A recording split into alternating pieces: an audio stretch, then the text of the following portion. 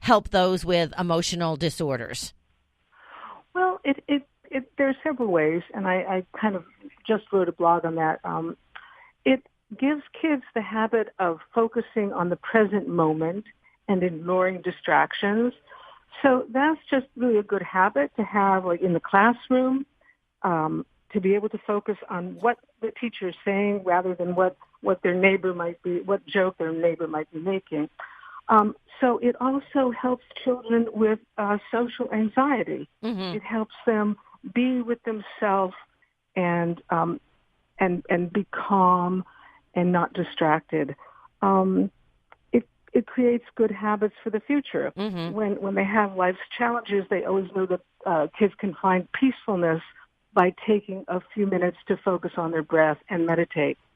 And this whole idea this blog came about when parents told me that in my school district, and then I learned in school districts across the country, mindfulness is being taught in the classroom. I just saw something on that where they're using it instead of disciplinary action. They're sending them to a room to meditate, right? Yes, exactly. And they're also teaching it before the disciplinary problem happens. So it promotes patience. Learning to focus on your breath and not thinking, but just being in the moment, taking a moment to be calm. It promotes patience. It promotes quietness. And I mentioned briefly there's an example in one of my books of an 11-year-old boy who was very hyperactive. Just moved around my office at lightning speed. And I asked him, are you ever calm? And he said, well, when I'm sleeping, and we laughed. Mm-hmm. And then he told me about this YouTube video that he had discovered, and we brought it up on my computer, and it was just the sound of waves. Nice. And so he had discovered his own mindfulness meditation. He would close his eyes and sit still and listen to the sound of waves. Right. And we did that in my office, and it was amazing. He went from this hyperactive, bouncy boy to very quiet, meditative, mm-hmm. and he didn't move and he didn't make a sound. Yes. So, well, I think that's so important. And I think this. Our education system needs a lot of work. My daughters, I was fortunate enough to send them to Montessori school. And the difference mm-hmm. between Montessori and conventional, Marie Montessori understood that children, young bodies have a lot of energy and they need mm-hmm. to go outside and play. They need to naturally meditate in nature and release their minds into nature. Right. And that's something that American children are not getting. No, well, there's so many video games. It's so interesting. And also, that's the way kids socialize. In my day, we'd just go out in the neighborhood and play. Yeah. We'd call on each other, come to each other's house. But now the way kids socialize is through video games. Mm-hmm. Or, there are many players, and people are more isolated than they were. There aren't that many neighborhoods where kids play around, mm-hmm. at least not here. And so it becomes a form of socializing rather than being outside. Right. Well, it's a cheap babysitter, for mothers and fathers that are, mm-hmm. underpaid and working, 2 or 3 jobs just to make the bills, to pay the bills, to make ends meet. That's a problem in our society as well. And speaking of societies, I want to get this in before we run out of time. I want to talk about what is the difference in French and Americans when it comes to ADHD. Oh, there's a great difference. In France, there isn't this rush to diagnose and medicate. Mm-hmm. So if a child is having difficulties at school, focusing at school, or behavior problems at home, they see it as a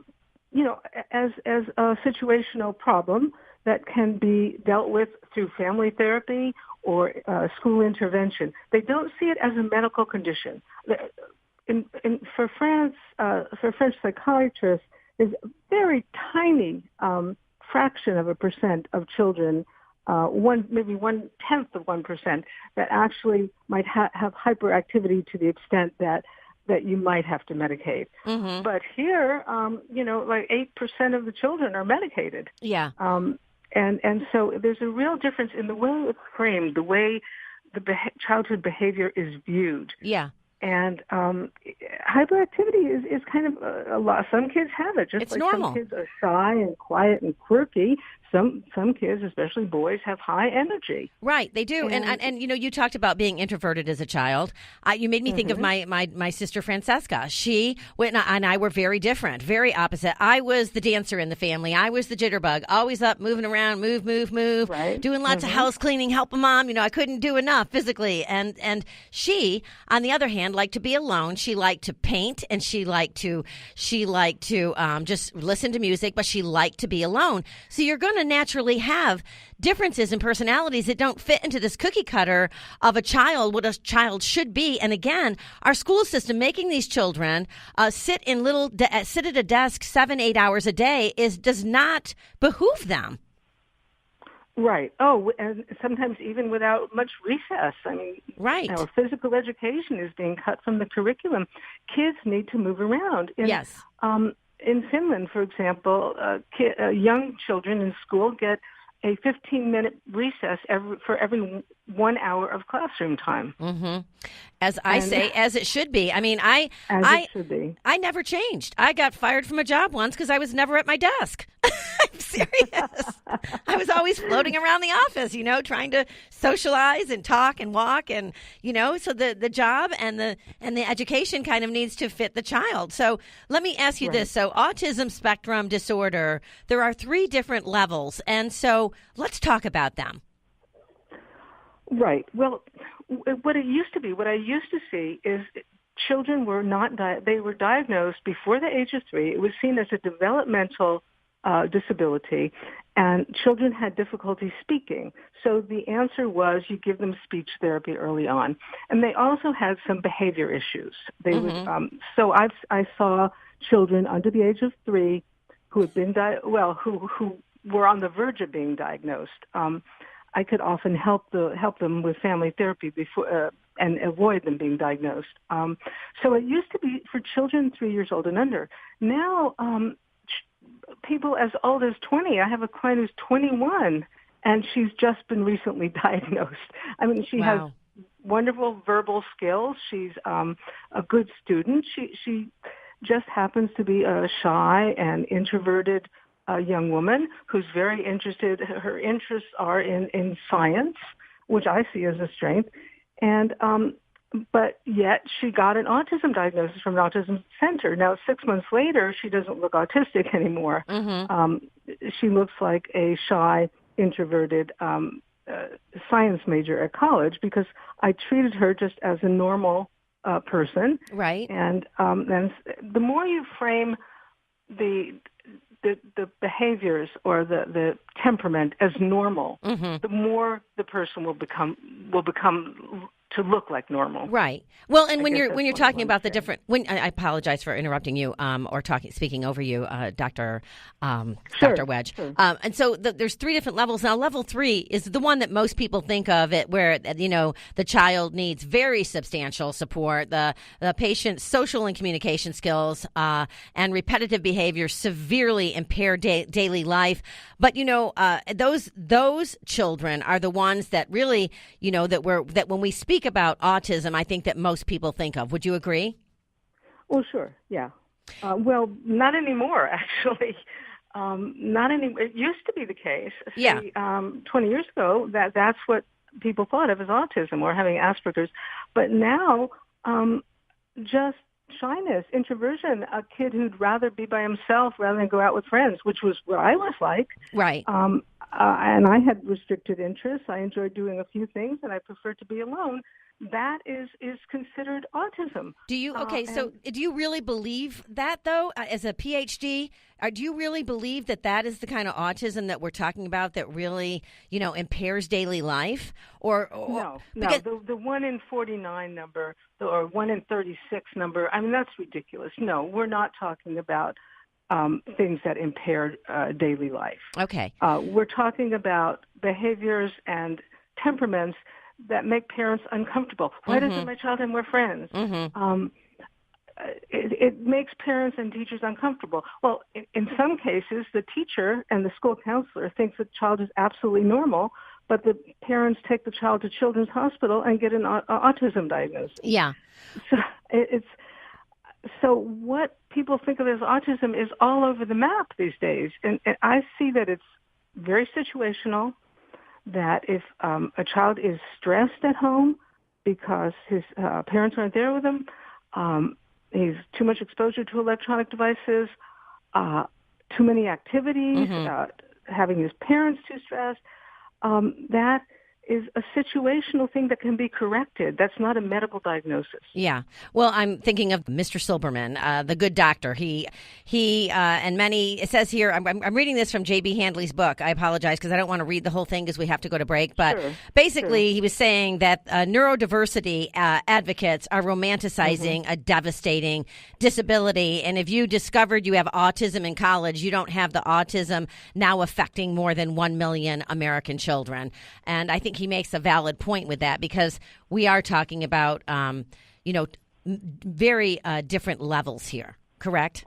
Yes, correct. But I don't agree with the 1 million children being affected by autism. I really don't. I think that's way overblown.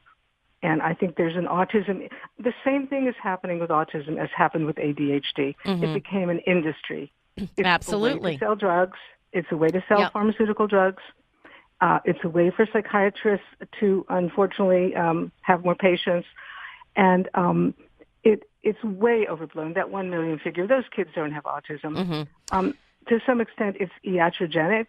If you pay attention to those qualities in the child more, then the child's going to have more of those because kids love attention. Yeah, they do. So if a child is playing with something repetitively and, that becomes very interesting to the parents and the doctors, then the child's going to do more of it because they get attention. Yeah. If you don't, on the other hand, if you normalize the child, if you say, let's do something else together, let's play a board game, that child is going to go play a board game with the parents. Yeah, I could talk with you forever. I'm having memories of saying, look, Dad, look. You know how kids will do that. They always want their approval from their mom or dad. So exactly. Always great having you on the show. Dr. Marilyn Wedge, you can find her popular blog on Psychology Today, or she can be reached at MarilynWedgePhD.com. Thank you so much. Thank you, Bernadette. You're welcome. Everyone, stay tuned. We've got Robin Perry Braun coming up next. We're going to be talking about the danger of the hookup culture. You're listening to One Life Radio. Making love in the kitchen. You're at home stressed out, thinking about that freaky girl you're missing. I'm not dissing. Consider this an invitation to relax and feel the stress melt away with a Sunlighten sauna. Sunlighten is the #1 choice for home and commercial infrared saunas. Their 3-in-1 infrared technology allows you to customize each session to you. Naturally de-stress, detoxify, and be heart healthy. Relieve pain, purify your skin, and increase energy. A Sunlighten sauna is a place to heal, a place to reflect, a place to invest in you. Visit them at sunlighten.com. Hi, I'm Ashley Grace, co-founder of Hemp Company. Hemp CBD improved my life so much that I started a company to help others naturally feel better. You don't have to have had a severe brain injury like me to benefit from Hemp Company products. If you're struggling to feel better, calm your brain, or better deal with daily stress and want to do so naturally, please try Hemp Company products. Search Hemp Company and use code OLR for 20% off and free shipping. That's Hemp Company and code OLR to feel better naturally and calm your brain. Hi, everyone. This is Bernadette. Do you know why I love Paleo Magazine? Paleo Magazine was founded with the purpose of providing readers with the information they need to live strong, vibrant, healthy lives. They are dedicated to partnering with leaders in the paleo community to spread the knowledge of ancestral health principles without the influence of big pharma or big agriculture. Paleo Magazine. Follow them on Facebook, Twitter, Pinterest, and Instagram, or visit them at paleomagonline.com. That's paleomagonline.com. Here's the dill pickle. Squatty Potty works. It's awesome. Find yours at your local Bed Bath & Beyond, Amazon, or squattypotty.com. That's squattypotty.com. Sun Warrior believes that plants provide the cleanest and most powerful foods, rich in antioxidants, vitamins, minerals, enzymes, and phytonutrients. Our bodies crave real foods, especially in this age where we heavily